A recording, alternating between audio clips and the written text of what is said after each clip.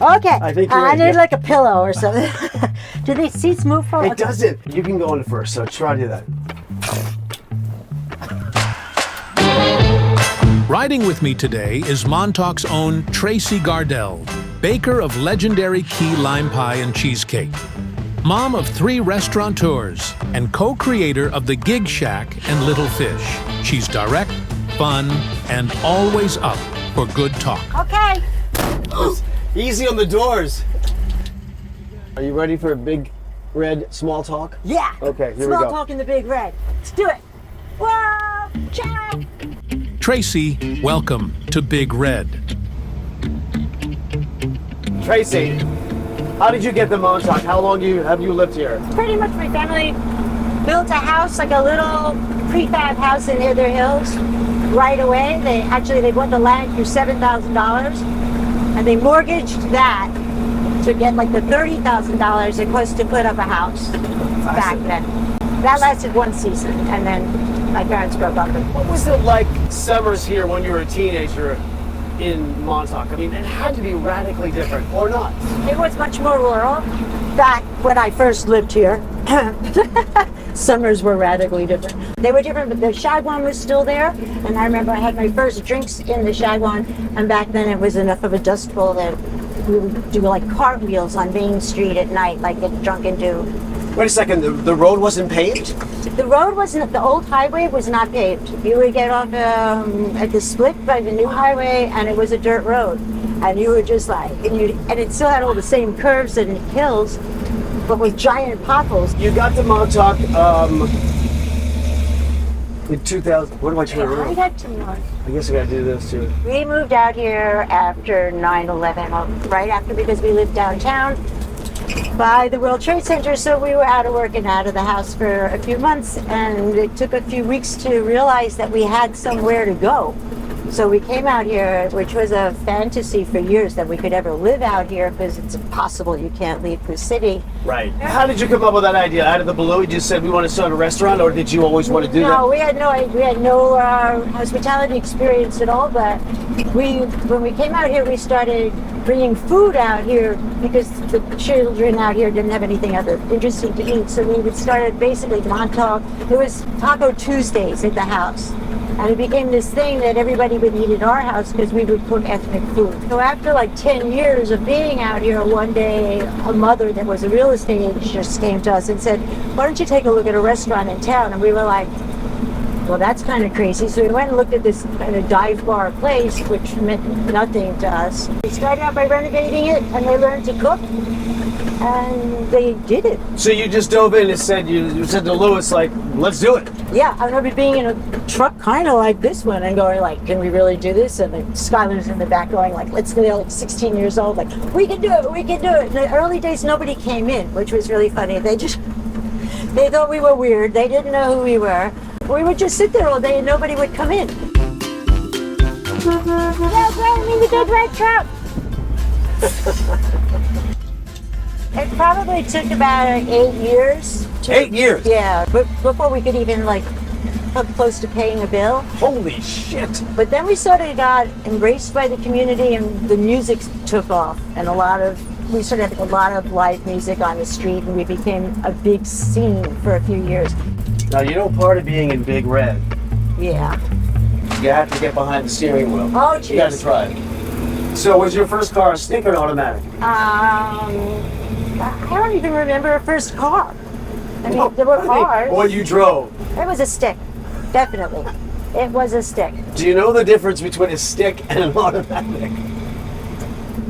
I have been around long enough to know the difference between a stick and an automatic.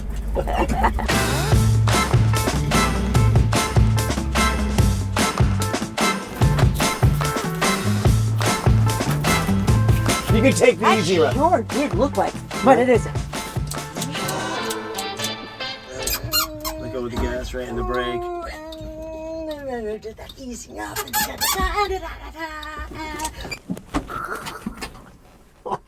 Good. So put it in second. So you look, it's go first, second, third, fourth, right?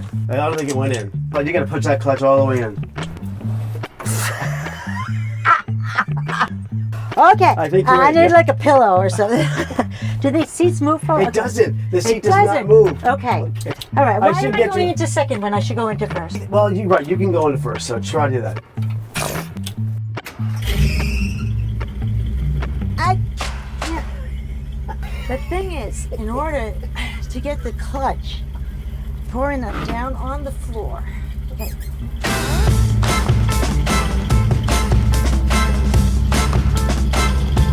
It's right down. You got it. Look at that. Let's go. Okay, wheelies. Give me third. Right here, third. I'm in. You got it. Let it go. Let it go. Now you're in third. We're in third. We're in third. We got this. That's Tracey. Can't drive a car like this. Oh, I have a vague memory of people like having blocks of wood attached to the pedals. There's no visor. There's no mirror. There's no airbags. There's no brakes. I mean, there's no. And there's no seatbelt. There's no yo bar. What makes it a yo bar? What gives you go yo? Oh, do you? Yeah, you call it the yo bar. You know where the brake is, right? Okay, I know, but I'm getting ready to like. And she's down on the clutch. She's all the way down on the clutch. Okay, she's in neutral. Do we have this on camera? Yo, Skylar! Skylar! Hi!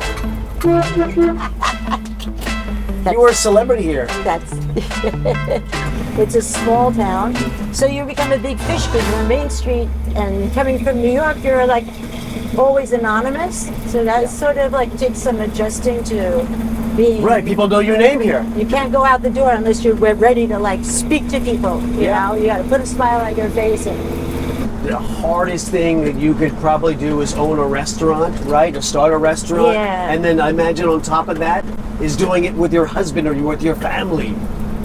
well, the hardest thing in the world probably is owning a restaurant, but I think it's like any kind of like passion. It's like you either live it or you don't do it. So, and it was life for everybody in our family. And then my husband made good use of it because he spent the first couple of years writing, chronicling, and journaling the whole thing and turning it into a book. So Right. we were mortified and felt exposed. He actually now can look back and say, thankfully, somebody actually has told the tale.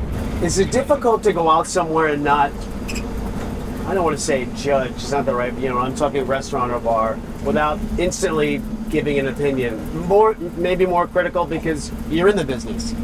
Well, when you go somewhere else, or we go somewhere else now, like you cannot help but notice everything. Like you notice the lighting is wrong, or this should be like that, or the service should be like that. And I think like the greatest extension of that was recently talking to Gray, and both of us revealing that when we go to a restaurant, so we clean the bathrooms. If I go to a bathroom in a restaurant and there's toilet paper on the floor or whatever, I pick it up and wipe the sinks down. And Wait a second. At the restaurant you're going to, you do that? any restaurant Oh my we're in, God. we can't like walk into a restaurant and see it in that condition and not do something about it. But wouldn't you just tell someone, hey, your bathroom is crappy? No, because you realize you can't even do that in your own restaurant. If you try to get somebody like, go clean the bathroom, they're not going to do it right, or they're busy, or like whatever. So you learn in your own restaurant that just clean the bathroom. Just do it. Fascinating. How do you describe Montauk to someone who's never been? It's always going to maintain that rural, real natural quality. Right. And also that it hasn't changed really because the town has never allowed any development. So there's no footprint virtually of a new building in this town ever. So it's still the same kind of old town it always was. But the names have changed. The names have changed. Yeah, the operators change. People get excited. They want to come in. It's like a great, exciting place to open. It's amazing to be in Montauk, and then you come in here and it's hard. People don't usually last too long because it's seasonal. Is really that's probably the biggest change. That it's not families that are running it anymore. It's the big money is coming in. When you're not working and you're not baking for the Gig Shack, is there a secret spot, a hidden spot that you go to out here that no one knows about? Like you just get to try, you get to go. Sadly, no. And I would love to like give a shout out. This is arrogance and conceit that I really only as satisfied as when I'm in the shack. There's no secrets. Your first car. Was that a Pontiac? It was a very cute, sexy little car then. I was 15 or 16 years old and my father gave me a shot of vodka, which I'd never had a drink in my life. I don't think. And he said, because the worst part about learning to drive is the stress. Everybody's like so stressed out. So the first thing you do is have a drink. And then we got in the car. And then we learned to drive. And it wasn't such a big deal. It was fun. Father goes, for himself or he gave you a drink? Or did he take two? I do believe it might have been our first occasion drinking together.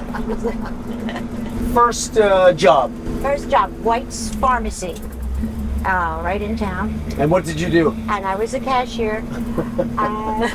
Okay, how much did you make an hour? I don't know, because I shouldn't mention this part. I was a terrible thief.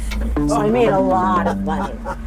You stole money? Yeah. I did the same thing. Doesn't everybody? Yeah. You know, you gotta go through that phase. But I remember I had like all these singles and all this change in my closet just on the floor because I would come home with pockets full of, because I couldn't believe how nobody knew anything. Yeah. When's the first time you ever got caught stealing? For me? Yeah, I was bad. And my first job, I was a pizza. I used to make pizzas. And then we used to take money, me and my friend used to take money from the register. And first it was $5 or $10. And then you get greedy. And then we were up to It just becomes silly. I mean, we were it's like up to $100 a night in a happens. small little town in the 70s. So your first kiss. Well, I don't remember my first kiss. But that's, the more seminal moment was Your first lover? my first lover being in the pool house at Edward Albee's, which I guess people don't. Wait, it was in the pool house where? Edward Albee had a pool and had a pool house, like with a sauna. The gardener lived there. And it was very glamorous. It was very glamorous, actually. I am so appreciative of the way you handled this truck. My first vehicle, my first car was a 1963 Ford F100. 4x4. And that's exactly what this is. Wow. The steering wheel, the scratches on the horn and the imperfections of this remind me when I was 18 years old. That's pretty wild. The point of the show, to me, is reconnecting to my past with this truck and reconnecting to Montauk. Like, I've been here now 15 years and it has changed. I have changed. Has it changed me? I think actually it's why people come here. Why? It's because there is a sense that you can break some rules. You do feel rebellious. You feel like you're off the grid. You're at the end. It's sort of like it's the last bastion of misfits. I would feel like somebody was described as a bunch of misfits. That's not true. That's what they want to say because they want to condemn exactly what you're here for. That's how the world is kept in its little orderly box by vilifying freedom. Right. That's a great line. I embrace the misfit, I don't want to say mentality, but phrase. Like, I'm okay with that. Yeah. Why are we using the word misfit? We're going to start talking about words that you don't want on the camera. So, why is it derogatory to be outside the law? Isn't that what the law is just something to push against? It just goes back to swallowing. Spoken, right, spoken like a true Montauk native. This is Montauk, you can still, this is where you come to break a few eggs. And break a few rules. Take action.